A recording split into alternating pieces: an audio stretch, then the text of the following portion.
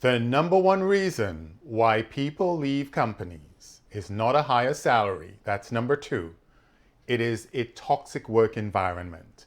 Today we're going to be talking about how to handle toxic coworkers, why it's happening to you, and what you should do about it.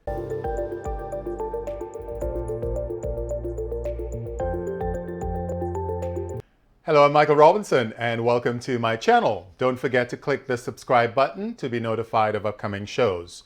On my channel, we talk about everything relating to your career, from the employment process, looking for a job, landing the job, tips on interviewing, how to navigate the work environment, which is a challenge for many people.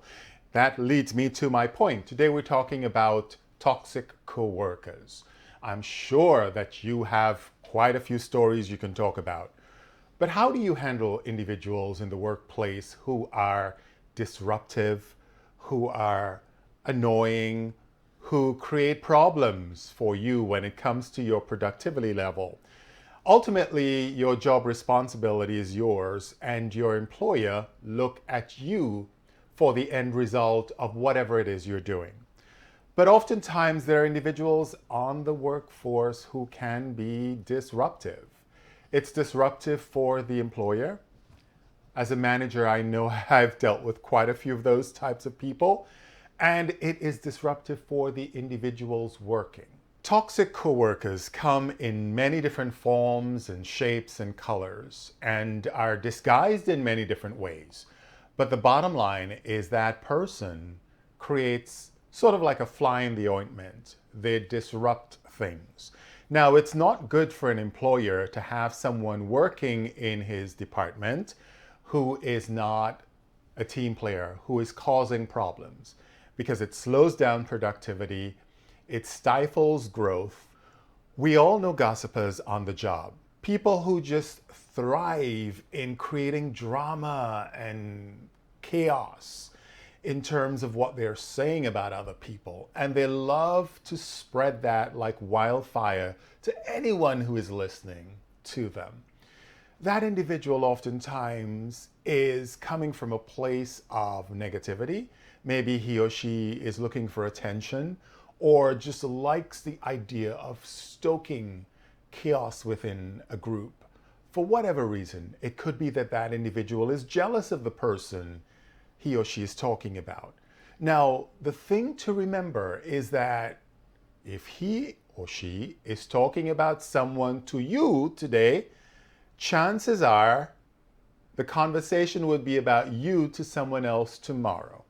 So how do you deal with that? How do you deal with a situation where there is this infestation of unnecessary drama in your workplace? How do you keep it in check and make sure that you're productive and that you're responsible for your level of productivity on the workplace, but also put that person in his or her place? I'm going to tell you how to do that. The first step is that you address it, of course, directly. You either say to the person, look, I'm really busy right now. I don't have time for this. And if the person insists on doing this over and over again, then maybe you should talk to your boss about it. Because oftentimes your boss may not be aware of the drama, and it affects your workload, your ability to produce on time, and the boss isn't looking at the gossiper as the problem, they're looking at you. So address it right away with the person, and if not, talk directly with your boss. Number two, deflection. If somebody comes up to you and starts talking negatively about something with someone else, that is a convoluted situation that is going to become gossip, then deflect. Change the subject, change the story, change the narrative, change the energy. Number three, set boundaries. And refusing to gossip about others can be one of those boundaries that you set. Don't give ammunition for gossipers about your personal life, because that's also giving them fuel to create fire in terms of your story. Number four, know when to fight and know when to walk away. So, for example, there are situations where you have to stand up for yourself. It could be a meeting, a regular meeting that you guys are having in your department.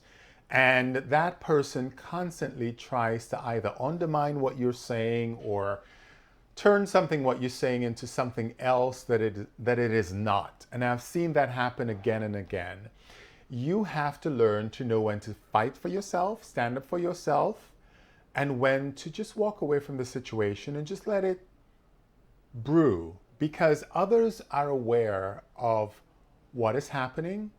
And sometimes if you let that person just go on his or her own tangent, then it can just blow up in their faces, his or her faces. So just know when to walk away and know when to fight for what you think is right. Because sometimes walking away is the best way of ignoring that person and putting things into perspective. Number 5, remain blissfully unaware of what's happening. Sometimes, the person can be talking very casually and just want you to jump in. Don't bite the bait. Just let it go. Be blissfully unaware and just keep doing what you're doing. Number 6, minimize your interactions. As little as possible, try to avoid having to work with that individual. If you do have to work with him or her, make sure that your communication is digital, because it allows you to have a footprint of conversation that you guys are having, so that if there's a problem moving forward, you have a trace of what was said. So digital communication is usually the best situation in cases like this. Number 7, if you have to work with the gossiper, ask close-ended questions, right? Don't ask open-ended questions, because you really can't believe a lot of what they're saying. They can be very misleading. It could be a situation where you ask an open-ended question and you get a very ambiguous answer. So be very direct in your questioning. Make your questions binary so that you get a singular answer. At the end of the day, human resources is supposed to be the go-to place to air your grievances, to talk about problems that you might be having, so that there is an impartial third party aware of what's happening. In the sense that, let's say something were to happen, therefore you might have had a record with human resources.